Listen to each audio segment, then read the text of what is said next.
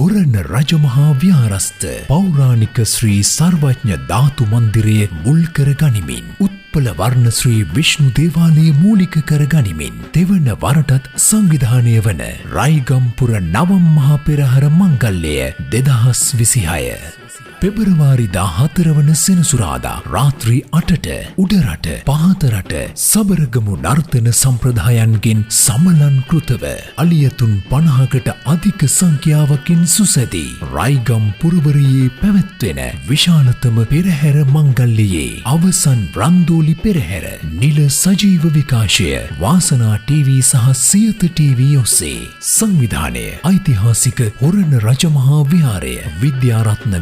විද්‍යාපීඨය අශෝක ඉංග්‍රීසි මාධ්‍ය පාසල බැතිබර අනුග්‍රහය හොරණ වාසනා බේකර්ස් රයිගම්පුර නවම් මහ පෙරහැර මංගල්‍යයේ නැරඹීමට ඔබටත් සදහැසිතින් ආරාධනා